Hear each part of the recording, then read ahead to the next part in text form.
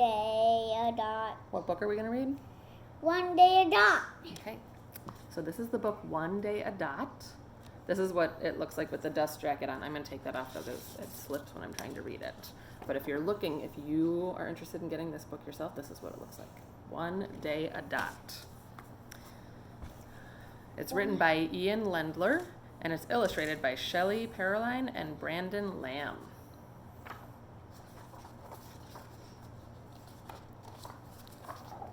One day, a dot appeared.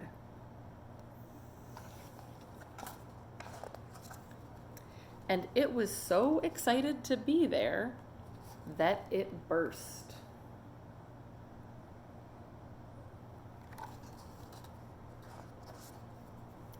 This made beautiful new dots that were so attractive that they joined together.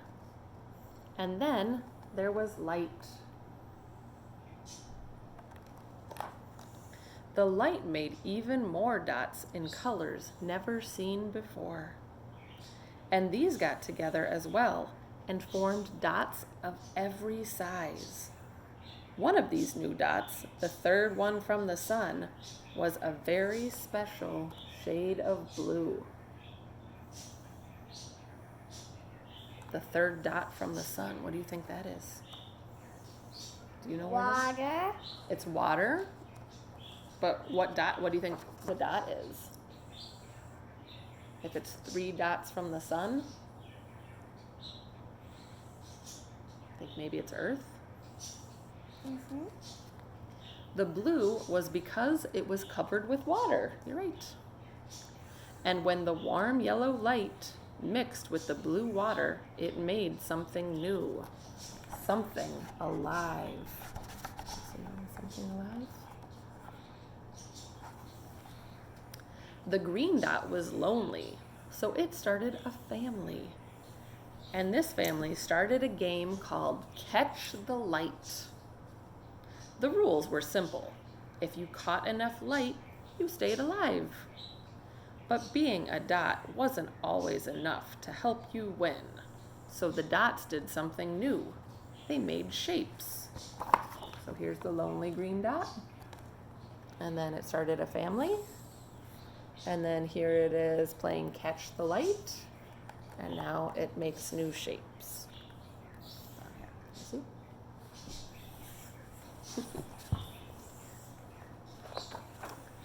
Then one day, one of those shapes couldn't catch enough light to feed itself, so it ate another shape. And it got bigger and stronger, so it ate more. That changed the game. Instead of Catch the Light, the game was now called Eat or Be Eaten. To survive this new game, new shapes were required. After a while, everything was swimming and biting and doing whatever it needed to stay alive.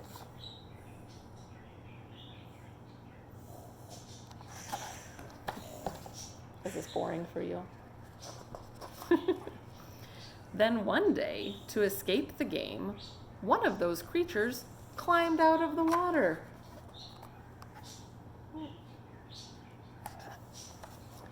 And since it was alone on the land, it was safe. So that fish had kids, and those kids had kids. And after a while, these new land fish got bigger. They weren't really fish anymore, though, were they? Because they were moving around on land. But they were originally in the water. They got bigger, much bigger. But some got smaller. Some flew in the sky, and some dug in the ground. Some had scales, and some had feathers. I'll show you that part right now. And then here it says, one even grew something new called fur. But she was so small that nobody noticed her in her home underground. They were all too busy doing whatever they needed to stay alive. Can you see her in her little hole underground? She's the one with the fur. Nobody noticed, though. Then one day, a dot fell out of the sky. A big dot. There's the big dot falling out of the sky.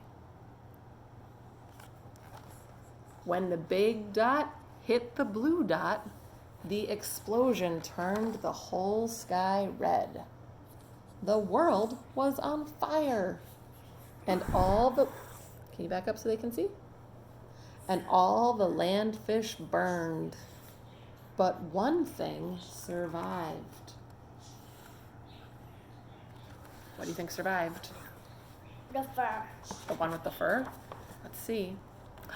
Remember that little fur thing? Her home underground kept her alive. So that's the one that survived. So she started a family. Her children spread all over that blue dot. And as they spread, they got bigger and grew into new shapes.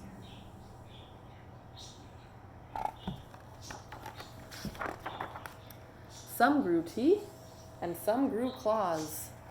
Some ran fast and some climbed trees. What are you doing? I'm hiding my face from you. From me? Yeah, but they need to see the book. So you gotta back up. Goofball. How about you sit right next to me? Thank you. But one day, a fur thing appeared that didn't have sharp teeth. It didn't have claws. It didn't even have a lot of warm fur. It had something new. A big brain. So, to stay alive, it used its big brain to make things. What kind of animal are they talking about with no fur and a big brain? People. It made its own claws. It made its own fur. If you're quiet, you can hear Michael is talking. As soon as we walk into the dining room, though, he's gonna stop making noise. But he's chirping right now. These creatures were so smart that they made pictures to teach their children what to do.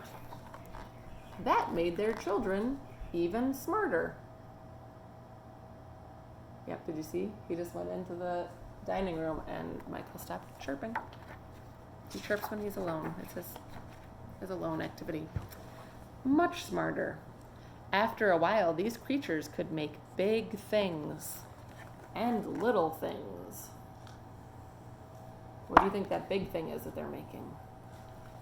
I don't know. Is it like some sort of pyramid? And the little thing is maybe a computer part? And flying things. And digging things.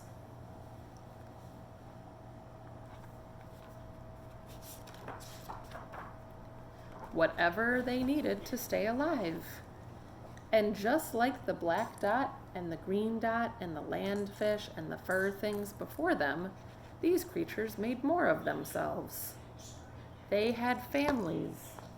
They had you.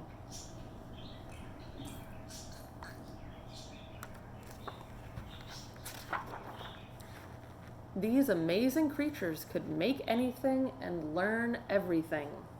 But despite all that, there was one question that they could not answer. What do you think the question is that they couldn't answer?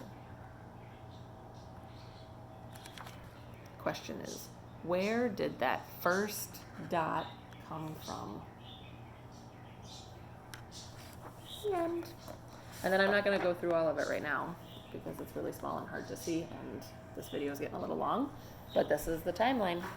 Starts with the Big Bang and goes all the way to Anthropocene epoch, the Anthropocene epoch. And he has a lightsaber. Okay. Should we say bye? You just touched the lightsaber. Oh now no, my you're dead. hands!